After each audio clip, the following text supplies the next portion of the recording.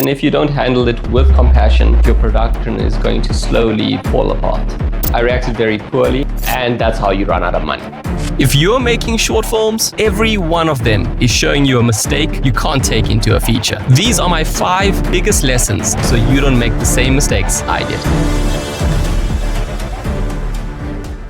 Lesson number 1. Have your story proofread by people that know storytelling. When I was shooting Wilting of the Blood Orchid and I had my team read it, they were too inexperienced with storytelling and storytelling structure, and it actually cost the entire story that I was trying to get out there. If you don't have a proper story that resonates with many people and is easily understood by many people, when your audience watches your movie, they're going to come out confused. And that's what happened with our first movie, Wilting of the Blood Orchid. The change that we've implemented in Grows Giant is to bring on a storytelling expert, also known as a script doctor. This will help us create a good structure for our story, so when our audience watches the movie, they don't come out questioning the story itself, but they come out questioning what the story means, which is what you want. This is critical for your film because it will keep your audience engaged and also have them wanting more. Lesson number 2 is get your actors on board as soon as you can, and that makes a difference between having your actors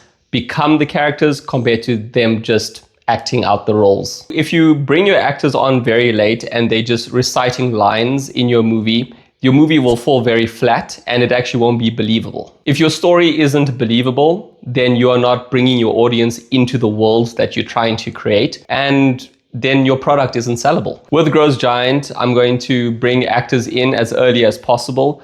And it won't only be for them to understand the story and for character development, but it's for them to also mold the story according to how they behave and their mannerisms, which actually makes it more believable and therefore more sellable. Lesson number 3 is have compassion and strong communication with your crew. On my first movie, I had a lapse of communication with my cinematographer, and it cost us 4 hours worth of shooting time, where we could have actually done a lot more work on getting more shots done to make it better quality. In that moment, I reacted very poorly. I feel like I should have reacted with a lot more compassion and to understand that people do make mistakes on set. And if you don't handle it with compassion, then the rest of your production is going to slowly fall apart. Going into my feature film, I'm going to have a lot more compassion for my crew and understand that there's something to learn from every crew member, no matter how big or small they are on the hierarchy of the film.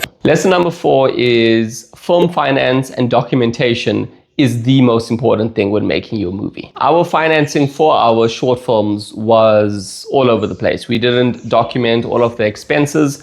And when you don't do that, a lot of small amounts rack up to big amounts. So when you complete your project and you look at your budget, it's a lot higher than you anticipated. And that's how you run out of money. If you run out of money, then you can't pay your cast and your crew. So production will either stop or production will carry on and people will be left unpaid and they will not want to work with you ever again. For Grows Giant, the major lesson that I've learned is to actually learn about film finance and to understand the structuring of your budgets and your estimates for your production. So when it comes to the shooting of your production, you're not staring at your budget thinking, oh geez, we actually can't cover these costs. And our final lesson, which is the most important lesson, is understand the importance of storyboarding. Storyboarding is very important because when you write your script and when you're reading the script, it's very different from when you're seeing the script. So in order for your picture to make narrative sense, you need to storyboard. On all of the productions that I did, I tried to storyboard as much as I could, but I didn't storyboard the entire movie. So when I was in the editing room, looking at the movie, some things just didn't make narrative sense, like our cutting, our transitions, and that makes a movie fall flat. The major aspect that I'm going to be doing differently, which is actually something I love doing, will be to storyboard.